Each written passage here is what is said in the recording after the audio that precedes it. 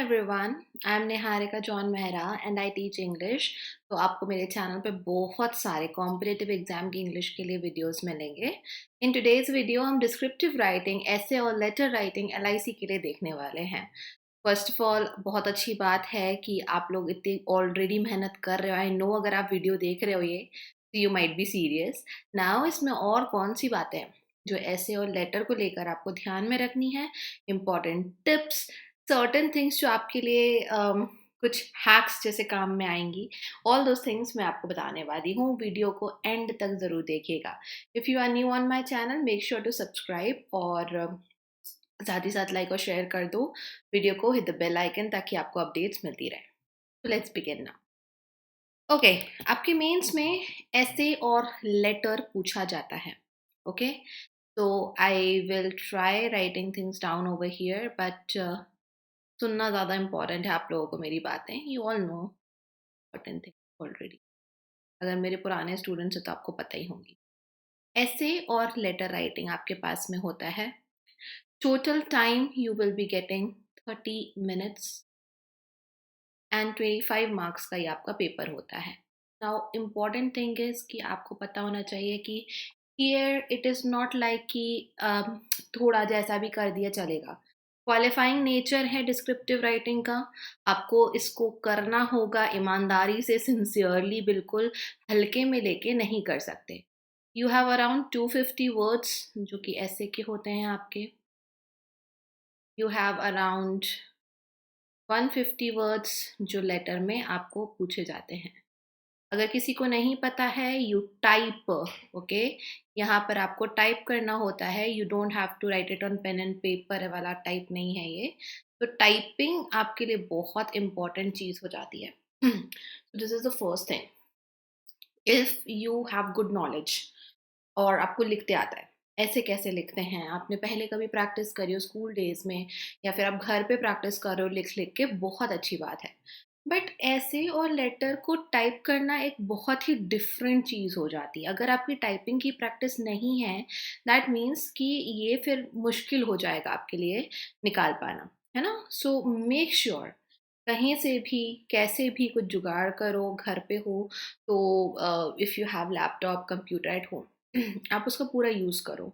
Specially towards the exam date आपको type करके ही ऐसे और लेटर की प्रैक्टिस करनी है। अदरवाइज सब यूज़लेस हो जाएगा। आपने जितना भी मैटर तैयार किया है मन में अलग अलग टॉपिक के ऊपर, जो भी नॉलेज है, फॉर्मेट सीखे हैं, you can do.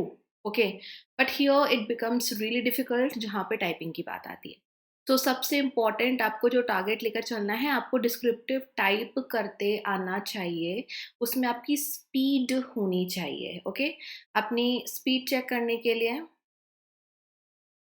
you can have you can simply google and you can give some keywords over there, जहाँ पे आपको वो पूरा लिस्ट बता देगा कि typing, check my typing speed, how do I check my typing speed, typing speed calculator करके। तो बहुत सारी चीज़ें आपके पास में ओपन हो जाएंगी और फ्री वर्जन है। तो टेक द टेस्ट और उसमें पता चल जाएगा आपको स्पीड कितनी है और कितनी चाहिए है। ओके, सो यहाँ पर स्पीड को ध्यान में रखना है, टाइपिंग को ध्यान में रखना है।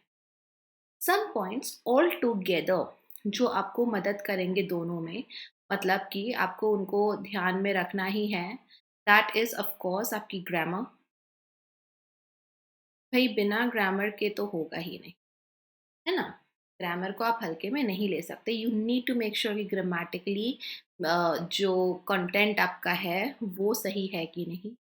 देन आपका कंटेंट जो है वो अप्रोप्रिएट है कि नहीं, है ना। कई बार पूछा जा रहा है, let's say insurance industry, LIC का है तो इंश्योरेंस रिलेटेड ऐसे के टॉपिक्स आ सकते हैं। तो मान लो आपसे पूछा है कि रूरल एरियाज में अभी भी इंश्योरेंस को लेकर अवेयरनेस है नहीं है उसके बारे में, तो आप रूरल एरियाज छोड़ दिए हो और आप कॉमन इंडिया में क्या हो रहा है उसके ऊपर लिख रहे हो। Okay, you have been asked precisely कि इंश्योरेंस पॉलिसीज या insurance awareness in rural areas of India. तो आपको वहाँ पर कंटेंट जो आपको टॉपिक दिया उसके अकॉर्डिंग लिखना है ना। तो वो चीज़ का आप ध्यान रखो। अभी फॉर्मेट पे मैं नहीं जा रही हूँ, अभी मैं बहुत जनरल बातें बता रही हूँ आप लोग। You need to make sure कि आप स्पेलिंग एरर ना करें, है ना? स्पेलिंग जो होनी चाहिए बिल्कुल सही होनी चाहिए। आपको टफ वर्ड नहीं आ रहा उस समय याद, फैंसी सा कोई भारी भरकम वर्ड नहीं आ रहा है याद, इट्स ओके। आप उसको रिप्लेस करके कोई उसका सिनोनिम जो ईज़ी हो, वो लिख दो, लेकिन एटलीस्ट एरर करके मत आओ वहाँ पे, क्योंकि ये चीज़ों पे मार्क्स कटते हैं। डिस्क्रिप्टिव राइटिंग है, वैसे भी पूरे मार्क्स नहीं मिलते आपको, है ना? तो you need to make sure कि ये 3 पैरामीटर्स, और इसे भी मान लूँ तो ये 4 पैरामीटर्स, 4 चेक पॉइंट्स आपके बिल्कुल बराबर हों। ग्रामर भी चेक होगी, कंटेंट भी चेक होगा, स्पेलिंग आपकी मिस्टेक नहीं होना चाहिए, ओके? किसी के नाम वगैरह में भी एंड स्पेलिंग के ही साथ जो कुछ रूल्स हैं, लाइक इंग्लिश के जो रूल्स हैं, मैं ऐसे बोल दूँ, इंग्लिश राइटिंग रूल्स, जहाँ पर आपकी पंक्चुएशन मार्क्स आ गए, ठीक है? कि कहाँ फुल स्टॉप है, कहाँ कैपिटल करना है, कहाँ कोटेशन में, कहाँ कॉमा में। तो वो राइटिंग रूल्स को आप भूलोगे नहीं। You have to make sure कि आपने ये सारी बातों का ध्यान रखा है। Okay? Now you will definitely get options. तो ये तो आपके लिए बहुत अच्छी बात है कि ऐसा नहीं है कि आपके पास में एक ही आ गया, वो कैसे तो भी लिखना है। नाउ ऑप्शंस को सिलेक्ट, उसमें से जब आप सिलेक्ट करते हो अपना टॉपिक, ओके, तो प्लीज़ मेक श्योर जिसके बारे में आपको कॉन्फिडेंटली बातें पता है, उस टॉपिक को आप चूज़ करो, है ना? ये मत सोचो कि यार ये बहुत अच्छा सुनाई दे रहा है, ये बहुत अच्छा इम्प्रेस कर देगा सामने वाले को। नो, यू हैव 3 ऑप्शंस ऐसे के लिए अगर, तो उन तीनों में से आपको किसके बारे में बहुत अच्छे से पता है, उसके फैक्ट्स कुछ पता है, उसके बारे में कोई स्कीम्स वगैरह, तो you should have knowledge and confidence, उस टॉपिक को आप चुनोगे। सेम इज विथ लेटर, है ना? तो आपकी टॉपिक चॉइस जो होगी, प्लीज़ मेक श्योर कि वो बहुत ही वाइज हो। ओके, मैं हमेशा एक फ़ॉर्मूला बताती हूँ, थोड़ी देर से वापस से मैं आपको बताऊँगी टाइम मैनेजमेंट का। But before that you need to make sure कि आप अंधाधुंध एकदम देखते से ही लिखो नहीं। कुछ सेकंड्स में टॉपिक अपना डिसाइड करो, स्मार्ट डिसीजन लो, ताकि फिर आपको जो फ्लो बने टाइप करने में, वहाँ पे फिर इंटरप्शन नहीं होगा, तो आपका वैसे ही बेहतरीन एकदम ऐसे लेटर निकल कर आएगा, है ना? तो ऐसे लेटर के बारे में ये बात आपको ध्यान में रखना। Now let me talk about time.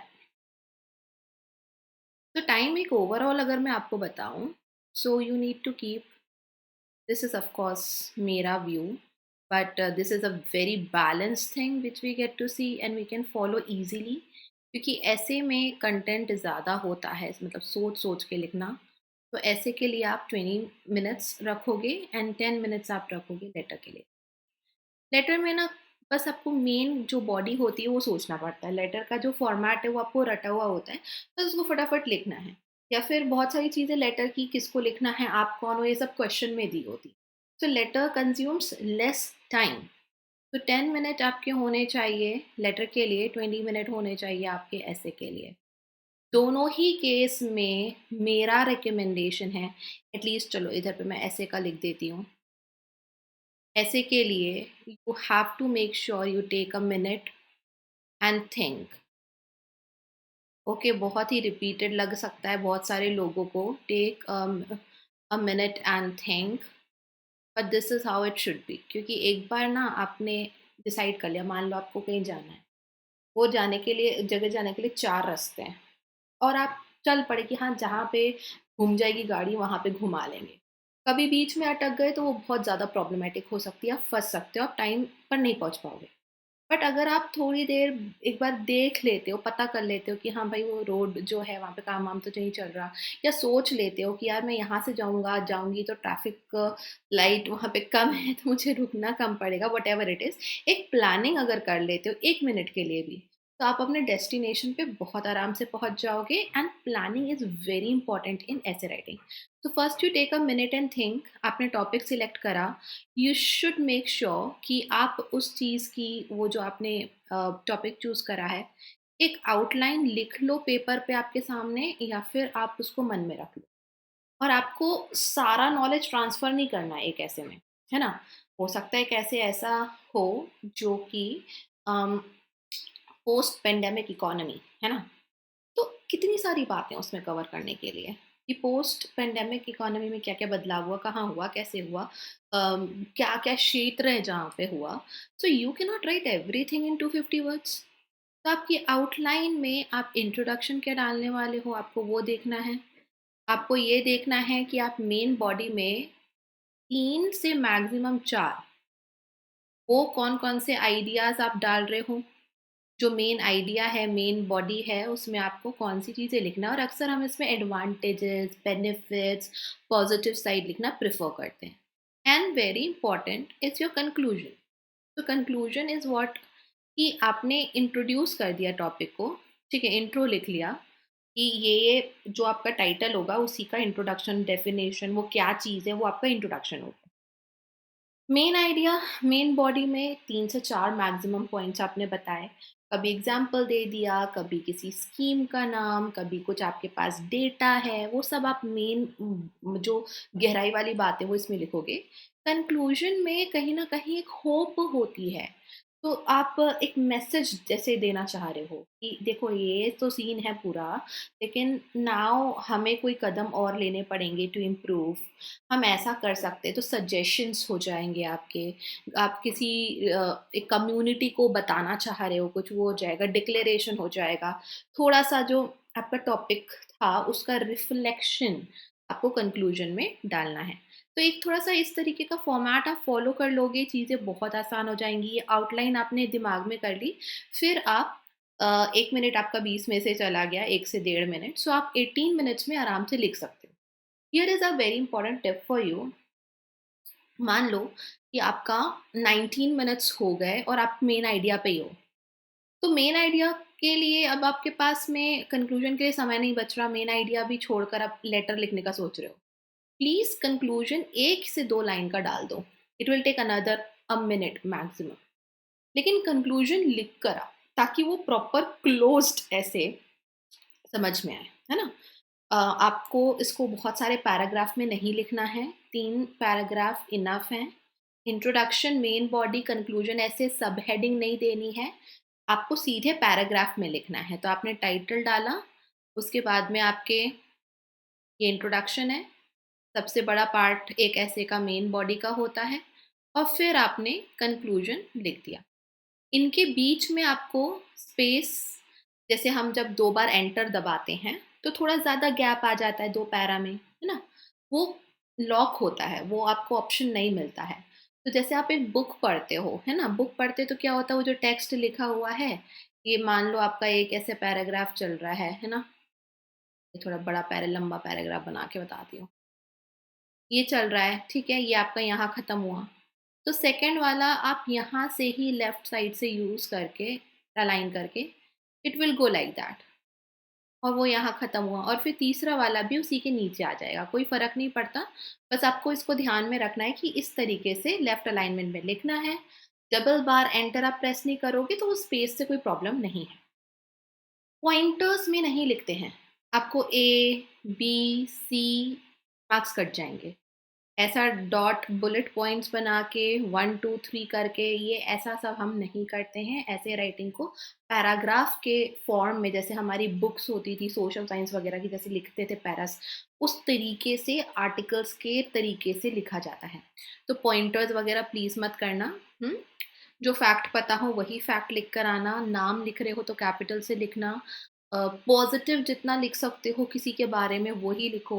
Criticism वाले टोन में मत जाओ तो ही अच्छा है, स्पेशली बैंक्स को लेकर, या फिर गवर्नमेंट को लेकर, या हमारे डेमोक्रेसी को लेकर. ऐसे कंट्रोवर्शियल पॉइंट्स पर आप नेगेटिव ना ही बोलो. और एक ऐसा ऐसे फ्रेम करो कि पढ़ने में मजा आए. तो आपके पास में पॉइंट्स इतने सारे मिल जाएंगे कि आपको नेगेटिव होगा भी किसी टॉपिक का तो वो लिखने की, मेंशन करने की ज़रूरत नहीं है ना. तो स्पेशली आपको अम, जो इंस्टीट्यूशन है, जैसे बैंकिंग सेक्टर हो गया या फिर हमारी गवर्नमेंट ही हो गई, उनके अगेंस्ट में नहीं लिखना है. तो लाइकवाइज आप अपना ऐसे लिखोगे. Talking about letter, I love formal letters. Formal letter मतलब अधिकारी को लिखने के लिए जो आता है. तो ऑफिसर को लिख रहे हो, किसी को, बैंक मैनेजर हो गया, लेटर टू एडिटर हो गया, आपके पास में फॉर्मेट अवेलेबल है. Please make sure you follow that. सब कुछ लेफ्ट साइड लिखा जाता है, सेंडर का एड्रेस होता है, ओके। देन आपका डेट हो जाता है, फिर आप रिसीवर के बारे में लिखते हो,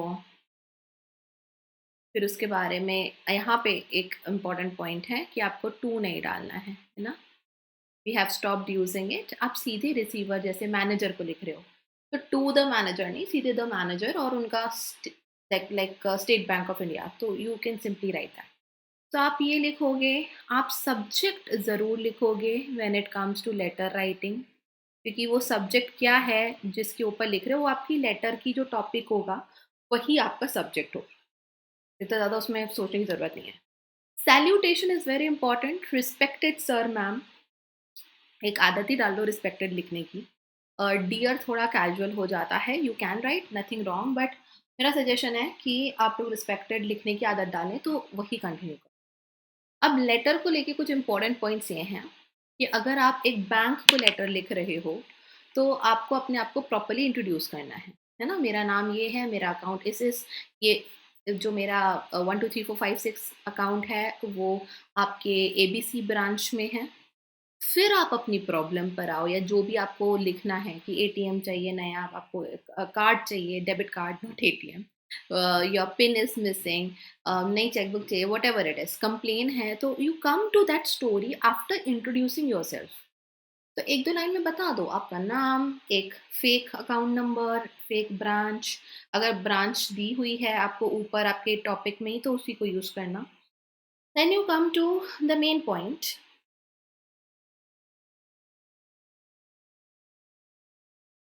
एंड उसके बाद में आपको क्या करना है, उसके बाद में आपको you need to make sure call of action, okay. Light नहीं है मेरे यहाँ तो आप एडजस्ट कर लेना थोड़ी देर। कॉल ऑफ एक्शन एक इम्पॉर्टेंट चीज़ है जो आपको हर लेटर में मेक श्योर करनी है कि हो। And the second thing is enclosure. तो कॉल ऑफ एक्शन हुआ कि अभी मान लो आपने एक नए चेकबुक के लिए अप्लाई करने के लिए ये लेटर लिखा है। तो कॉल ऑफ एक्शन मतलब आप चाहते क्या हो? आपने बता दिया आप कौन हो, आपने बता दिया कि दिक्कत कहाँ है, क्यों है, और कॉल ऑफ एक्शन में आपको लिखना पड़ेगा कि I would request you to dispatch new chequebook as soon as possible. मतलब आप जो चाह रहे हो उनसे वो उस बात को लिखना पड़ेगा, आपको टाइप करना पड़ेगा, तो वो आपका कॉल ऑफ एक्शन है। आप चाहते हो कि आपका बैंक अकाउंट ट्रांसफ़र हो जाए, तो वो आपका कॉल ऑफ एक्शन है। कॉल ऑफ एक्शन कुछ और है कि किसी ने अच्छे से बिहेव नहीं करा, मिसबिहेव करा, आप चाहते हो कि एक्शन लिया जाए उसके प्रति। आप चाहते क्या हो सामने वाला करे, वो आखिरी की लाइन में आप लिखते हो और एनक्लोजर जहाँ पर रिक्वायर्ड हो ना। अब मैं ऐसे बोल के कि मेरा नाम निहारिका है, मैं अपने डेबिट कार्ड का पिन चेंज करना चाहती हूँ, सिर्फ इतना बोल के ख़त्म नहीं कर सकती। अगर मैं एक कंप्लेन लेटर लिख रही हूँ तो मुझे कंप्लेन नंबर मिला चाहिए होगा या पहले से मिला होगा, तो यू राइट दैट। अगर आपके पास लोन से रिलेटेड है तो लोन नंबर लिखो। Enclose here, hereby enclose photocopy of my ID proof और Aadhaar card, my, if it is related to your bank statement, तो कुछ ऐसा प्रूफ जो कि आपकी आइडेंटिटी को वेरीफाई करे, क्योंकि फॉर्मल है ना ये एनक्लोजर, इसमें ज़रूरत होती है। तो आपने बोल दिया, आपके बोल देने लिख देने से थोड़ी ना आप वो व्यक्ति बन जाते हो, ऐसे सोचो उसको। तो एनक्लोजर की एक लाइन आखिरी में आप ऐसे यूज़ कर सकते हो ये प्रूफ देने के लिए। आपने पूरा लेटर लिख लिया, फिर आप आखिरी में लिख रहे हो कि मैं यहाँ पे एनक्लोज कर रहा हूँ, कर रही हूँ मेरी ID प्रूफ, मेरा पैन कार्ड, और अगर कोई और आपको लगता है रेलेवेंट चीज़ है जो आपके टॉपिक से रिलेट करेगी तो आप वो वहाँ पे मेंशन कर सकते हो। लेटर अक्सर छोटे हो जाते हैं then what we need. 150 words में बहुत बार लोग पहुंच ही नहीं पाते, वो 80 वर्ड्स पे 90 वर्ड्स पे ख़त्म कर देते हैं। प्लस माइनस 10 15 वर्ड्स चलता है ऑल टुगेदर। लेकिन लेटर राइटिंग है और आपको मान लो कि लेटर में कुछ ऐसा टॉपिक आ गया है जो कि एक लाइन का ही मेन बात है, मुझे नई चेकबुक चाहिए। तो आप उतना लिख दोगे तो आपका तो मेन बॉडी कुछ आया ही नहीं, लेटर में कुछ लिख ही नहीं पाए। तो आपको उस समय पर क्या करना है, थोड़ा सा स्टोरी बनानी है। कि आपका बिज़नेस है जो एक्सपांड हो रहा है, आपको परचेसिंग करनी है, सामान लेकर आने हैं, आपकी नई शॉप खुलने की डेट आ गई है। तो ऑल दोज़ थिंग्स आप थोड़ी-सी स्टोरी बना के एक प्रैक्टिकल, इसलिए आपको जल्दी से जल्दी चेकबुक चाहिए। तो ऐसे करके एक छोटा स्टोरी और एक प्रैक्टिकल सिनेरियो क्रिएट करके आप बताओगे तो लेटर के वर्ड्स आपके पूरे हो जाएँगे। तो इस तरीके से आपको टाइम मैनेजमेंट करना है और दूसरी चीज़ों का ध्यान रखना है। रेस्ट ऑल प्रैक्टिस है, प्रैक्टिस से ही बनने पाएगा और प्रैक्टिस करने के बाद आप ग्रामरली जो फ्री वर्जन है वहाँ पर अपना कॉपी पेस्ट करो कंटेंट, चेक करो एटलीस्ट आपको ग्रामर और स्पेलिंग वाला एरर वहाँ पे वो हाइलाइट कर देगा तो उसको सुधार लो आप। दूसरे दिन आप किसी फ्रेंड से पढ़वा लो या खुद ही दूसरे दिन अपना लिखा ऐसे या लेटर पढ़ लो तो उससे भी आपको पता चल जाएगा कि आप कितने पानी में हो, कितना अच्छा लिख रहे हो। यू कैन जज that thing on your own. So इस तरीके से आपको प्रैक्टिस करनी है। That's all I wanted to share with you. Rest you have other videos also कि किस तरीके से डिस्क्रिप्टिव राइटिंग पर वर्क करना चाहिए। Do check them out on my channel. Take care all of you and really sorry बीच में जो ये लाइट का फ्लक्चुएशन हुआ और आप लोगों को आई होप कि जो बातें मैंने बताई हैं वो आप दिमाग में रखेंगे। All the best for your exam. मिलते हैं अगले वीडियो में। Take care. Bye bye.